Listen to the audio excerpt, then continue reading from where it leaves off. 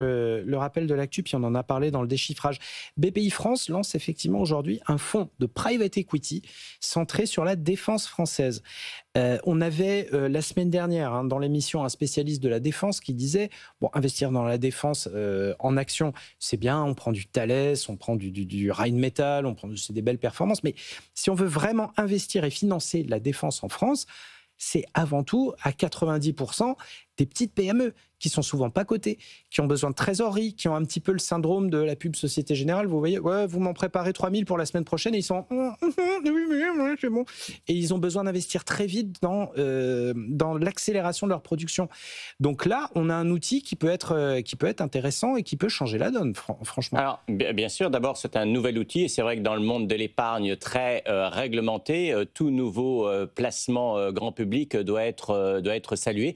Et c'est le cas du fonds BPI Défense. En plus, l'émetteur donc est bien connu. C'est un gros établissement de la place, sans doute le plus gros établissement de financement de titres non cotés en France. Il faut bien savoir que pour les fonds historiquement de private equity qui étaient vendus en gestion de fortune et en gestion privée, que lorsque un de ces fonds a le cachet BPI France, vous savez, ça rassure les autres investisseurs. C'est un peu comme vu à la télé pour les produits de grande consommation. D'autant plus que là, du private equity, forcément, ce sera un placement long, moins liquide que du placement en action, donc d'autant plus important d'avoir le Stempel de BPI sur ce produit. Bien sûr, lorsqu'on s'engage pour plusieurs années, il est important de faire affaire avec une structure solide qui sera encore là lorsque vous récupérerez votre argent.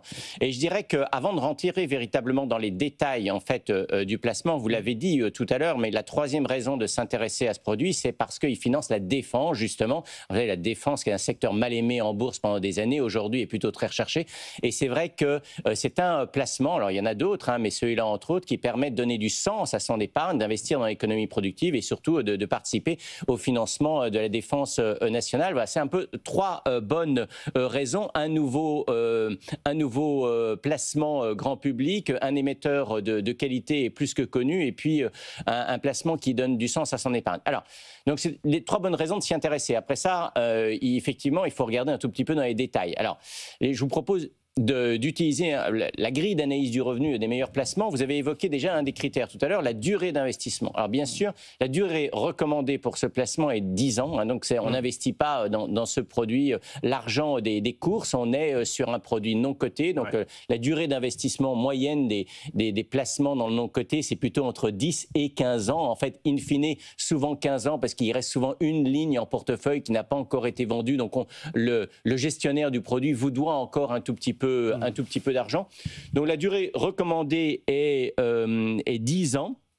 Sachant que le fonds sera bloqué, les fonds seront bloqués à minimum donc pendant 5 ans, bloqués pendant 5 ans, sauf cas de décès ou difficultés particulières dans la vie qui permet de récupérer. C'est pas toujours le cas forcément avec d'autres fonds de nos côtés qui, en cas de décès, historiquement, sont transmis aux héritiers. Là, il y aura une possibilité de récupérer ces fonds. C'est plutôt pas mal, plutôt bien vu. Alors, le deuxième, je dirais, critère de choix d'un bon placement, c'est bien sûr la liquidité. Donc là, votre argent, il est bloqué, elle est relative, puisque votre argent, elle est bloqué pendant 5 ans, avec tout de même une possibilité de demander des rachats de trimestre à compter de la 6e année, ce qu'on appelle un fonds evergreen, possibilité de souscrire pendant une durée relativement longue et possibilité, sous condition, de récupérer votre argent. Mais attention, on le répète, c'est quand même pas, c'est pas le livret A, quoi. C'est pas, on n'y place pas l'argent des courses. Si on ne fait pas d'aller-retour, c'est clairement un placement de long terme pour la partie de votre épargne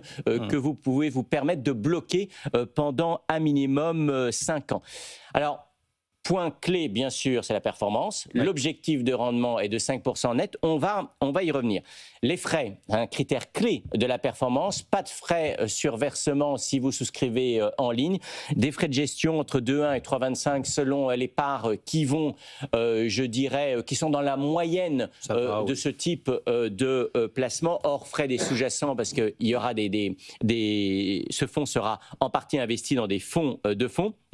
Niveau de risque, c'est du non-coté. Oui.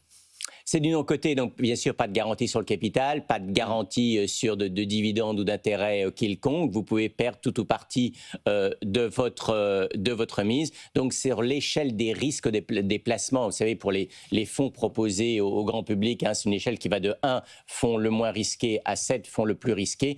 Eh ben, on est au niveau 6.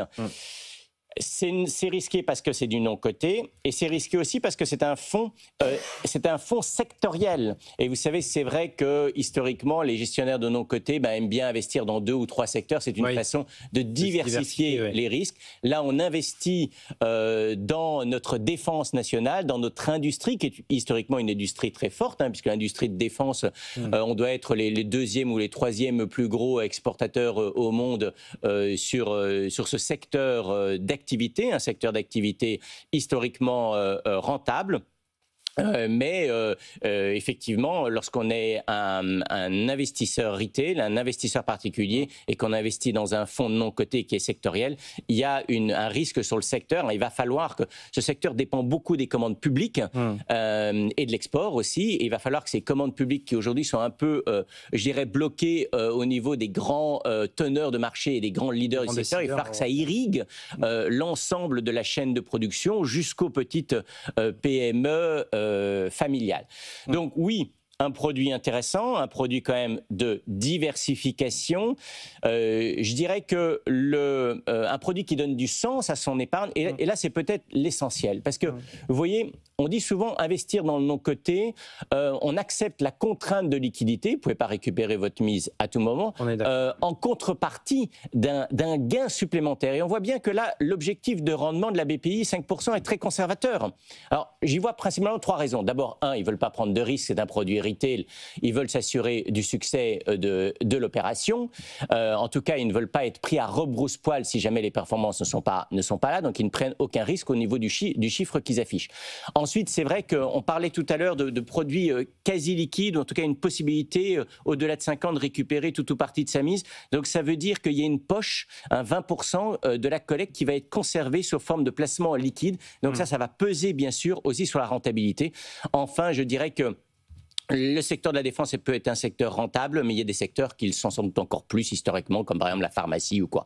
Donc oui, un super produit à regarder, hein, avec des ambitions très fortes pour BPI France, qui envisage, en tout cas c'est leur objectif, de collecter 450 millions d'euros. Oui, il faut savoir que c'est quand même pas mal. Il faut savoir que c'est de mémoire le 5e produit fonds retail qui propose sur le non-coté. Les 4 premiers, en 4 ans, ils ont collecté 350 millions auprès de 22 000 investisseurs. Donc là, vous voyez, ils mettent la barre à 450 millions pour uniquement un fonds. Donc ils mettent la barre assez haut. C'est vrai que la thématique est porteuse. En tout cas, elle est dans l'actualité.